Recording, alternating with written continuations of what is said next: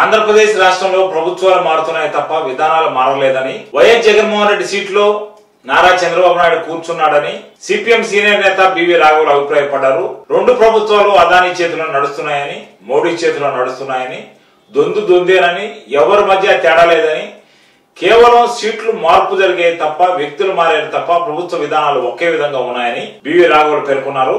ఆయన నెల్లూరు సిపిఎం కార్యాలయంలో మీడియా సమావేశం ఏర్పాటు చేశారు. ఈ కార్యక్రమంలో అజయ్ కుమార్, మోహన్ రావు తదితరులు హాజరయ్యారు. ఈరోజు రాష్ట్రంలో చంద్రబాబు నాయుడు గారి నాయకత్వాన ఎన్డీఏ ప్రభుత్వం ఉంది. గతంలో వైఎస్ఆర్పి పార్టీ అధికారంలో ఉన్న ప్రభుత్వాన్ని స్థానంలో ఇది వచ్చింది. కానీ ఈ కాలంలో కొత్త ప్రభుత్వం అధికారంలోకి వచ్చి పరిపాలన చేసిన ఈ కాలంలో పరిస్థితి చూస్తే జగన్మోహన్ రెడ్డి గారి స్థానంలో చంద్రబాబు నాయుడు గారు వచ్చిన మార్పే తప్ప మిగతా విషయాల్లో ఏం మార్పు ఉన్నట్టు కనిపించట్లేదు. జగన్మోహన్ రెడ్డి గారి హయాంలో ఉన్న కాంట్రాక్టర్లే చంద్రబాబు నాయుడు గారి దగ్గర ఉన్నారు పెద్ద పెద్ద ప్రాజెక్టుల్లో. జగన్మోహన్ రెడ్డి గారి హయాంలో చక్రం తిప్పిన ప్రధానమైన అధికారులందరూ ఒకరిద్దరు మినహా చంద్రబాబు గారి దగ్గర కూడా వారే చక్రం తిప్పుతున్నారు. అలాగే జగన్మోహన్ రెడ్డి గారి దగ్గర అదానీ ఒప్పందాలు చేసుకున్నారు. ఇప్పుడు చంద్రబాబు నాయుడు గారి దగ్గర కూడా అదానీ ఆ ఒప్పందాన్ని కొనసాగించుకుంటున్నారు. కాబట్టి అప్పుడు అదానీ, ఇప్పుడు అదానీ, అప్పుడు అదే కాంట్రాక్ట్, ఇప్పుడు అదే కాంట్రాక్టులు, అప్పుడే కీలకమైన అధికారులు వాళ్ళు. మరి ఏం మార్పు వచ్చినట్టు? జగన్మోహన్ గారు వెళ్ళి చంద్రబాబు గారు వస్తే అది పెద్ద మార్పు అని చెప్పేసి అనుకోం. ఇందుకు ఒక 3 ఉదాహరణలు చెప్తాను. మొదటిది అదానీ కుంభకోణం. 1750 కోట్ల రూపాయలు జగన్మోహన్ రెడ్డి గారు ముఖ్యమంత్రిగా ఉన్నప్పుడు ఇచ్చి రాష్ట్ర ప్రజల మీద భారీగా విద్యుత్ ఛార్జీలు పడే పద్ధతిలో 7000 మెగావాట్ల విద్యుత్తుని, సౌర విద్యుత్తుని మన రాష్ట్రానికి కొనుగోలు చేసుకునే ఒప్పందం సెక్కీతో చేసుకున్నారు.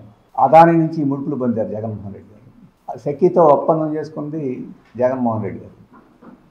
మరి 1,00,000 కోట్ల రూపాయల భారం పడే ఇటువంటి ప్రమాదకరమైన ఒప్పందాన్ని చంద్రబాబు నాయుడు గారు అధికారంలోకి వచ్చిన తర్వాత ఎందుకు రద్దు చేసుకోవడం లేదు? గతంలో సెక్కీతోటి ఒప్పందం చేసుకునేటప్పుడు జగన్మోహన్ రెడ్డి గారు చేసుకునేటప్పుడు మేము సిపిఎంగా అభ్యంతరం పెట్టాం, చేసుకోవద్దని కూడా చెప్పాం. ఆ రోజు తెలుగుదేశం చెప్పలా, ఎందుకంటే అదానీ గారితో చేసుకున్నారు కాబట్టి అప్పుడు మెదలుకున్నా ఉంది. ఇప్పుడు 1750 కోట్ల రూపాయలు ముడుపులు తీసుకున్నాడని జగన్మోహన్ రెడ్డి చేసిన, జగన్మోహన్ రెడ్డిని రక్షించడానికైనా సిద్ధం, కానీ అదానిని విమర్శించడానికి మాత్రం చంద్రబాబు గారు సిద్ధం కావడం లేదు. ఓవైపునేమో ఈయన అవినీతి, రాష్ట్రాన్ని ధ్వంసం చేశాడు, కోట్ల రూపాయలు వృధా చేశారని చెప్పి జగన్మోహన్ రెడ్డి గారిని విమర్శిస్తున్నారు. అమెరికాలో లంచం తీసుకున్నారు, లంచం ఇచ్చారని కేసులు నమోదైనా కానీ ఇప్పుడు జగన్మోహన్ రెడ్డి గారి మీద వాళ్ళని వేయడానికి చంద్రబాబు నాయుడు గారు సిద్ధం కావడంలా. అసెంబ్లీలో అదానీ వ్యవహారం గురించి మీరు చంద్రబాబు గారు మాట్లాడిన తీరు చూడండి. మేము అధ్యయనం చేస్తున్నాం. ఏం అధ్యయనం చేస్తారు? పత్రికలన్నీ అధ్యయనం చేసినాయి, ఫ్రంట్ పేజీలో రాసినాయి, పేజీలు వివరాలు ఇచ్చినాయి. వెబ్సైట్లోనే అమెరికా వాళ్ళు కోర్టులో సమర్పించిన అఫిడవిట్లన్నీ వెబ్సైట్లోనే పెట్టారు. వాటిని అధ్యయనం చేస్తున్నామని చెప్పేసి, అంటే అదానీ గారిని ఎలా రక్షించాలి, అదానీని రక్షించడం కోసం జగన్మోహన్ రెడ్డి గారినైనా ఎలా వదిలేయాలని చెప్పేసి అధ్యయనం చేస్తున్నారని చెప్పేసి అడుగుతున్నాను. అందుకని తెలుగుదేశం పార్టీ అధికారంలో ఉంది కాబట్టి ప్రజలకు బాధ్యత వహించాల్సింది కాబట్టి అది చెప్తున్నాను. తెలుగుదేశం ప్రభుత్వం మొట్టమొదటి చేయాల్సిన పని సెక్కీతో చేసుకున్న ఒప్పందాన్ని రద్దు చేయాలి. ఎందుకంటే ఒప్పందం చేసుకునే రోజునే ₹1.99 ఒక యూనిట్ దొరుకుతుంది మార్కెట్లో. అప్పుడు ₹2.49 చేసుకున్నారు. అప్పటికి ఇప్పటికీ సౌర విద్యుత్ ఖరీదు ఇంకా తగ్గిపోయింది. అటువంటిప్పుడు ఆ ఒప్పందాన్ని ఎందుకు కొనసాగించాలి? 7000 మెగావాట్లు మన రాష్ట్రంలో తీసుకొని దాన్ని వినియోగించుకోవడానికి ఒప్పందం ఉంది. అది తీసుకుంటే 30 సంవత్సరాల పాటు ప్రజలు బాధలు అనుభవించాల్సి వస్తుంది. ఇవాళ మీరు పత్రికల్లో చూసుంటారు, నిన్న రాష్ట్రాన్ని సోలరైజేషన్ చేస్తానని చెప్పన్నారు. సోలరైజేషన్ అంటే సౌర విద్యుత్తుతో నింపేస్తారట ఇళ్ల మీద, కార్యాలయాల మీద, వాటన్నిటి మీద. మంచిది. కానీ 7000 మెగావాట్లు అదాని నుంచి తీసుకుంటూ దాన్ని వినియోగించాల్సిన పరిస్థితి ఉంటే ఇంకా అదనంగా నువ్వు సోలార్ విద్యుత్తు ఎక్కడ ప్రోత్సహిస్తావు? ముందు అది రద్దు చేస్తేనే సాధ్యం అవుతుంది.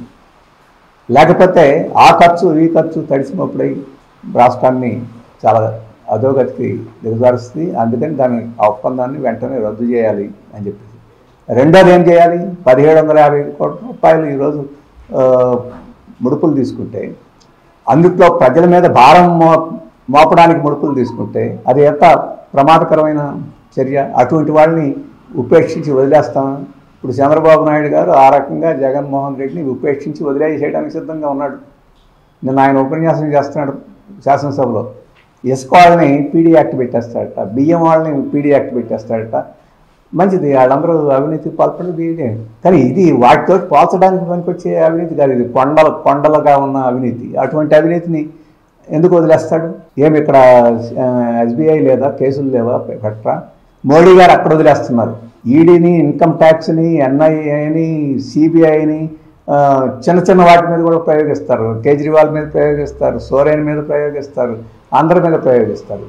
కానీ జగన్మోహన్ రెడ్డి గారితో చాలా స్నేహం, ఆయన మీద ఏమీ ఉండదు. ఇప్పుడు ఏగ వాళ్ళని ఇడాలి, అక్కడ మోడీ గారు వాడిని, ఇక్కడ చంద్రబాబు వాడిని. ఏమిటో అర్థం కావడంలా.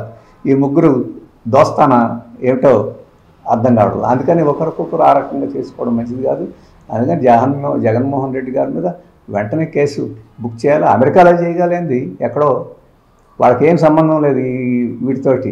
వాళ్ళకు ఒకటి సంబంధం, అక్కడ నుంచి ఎవరు పెట్టుబడి పొందినా ఏ దేశంలో ఆ పెట్టుబడిని పొందిన వాడు అవినీతికి పాల్పడకూడదని వాళ్ళ చట్టంలో క్లాజ్ ఉంది. ఆ క్లాజ్ని బట్టి వాళ్ళు అక్కడ కేసు పెట్టారు.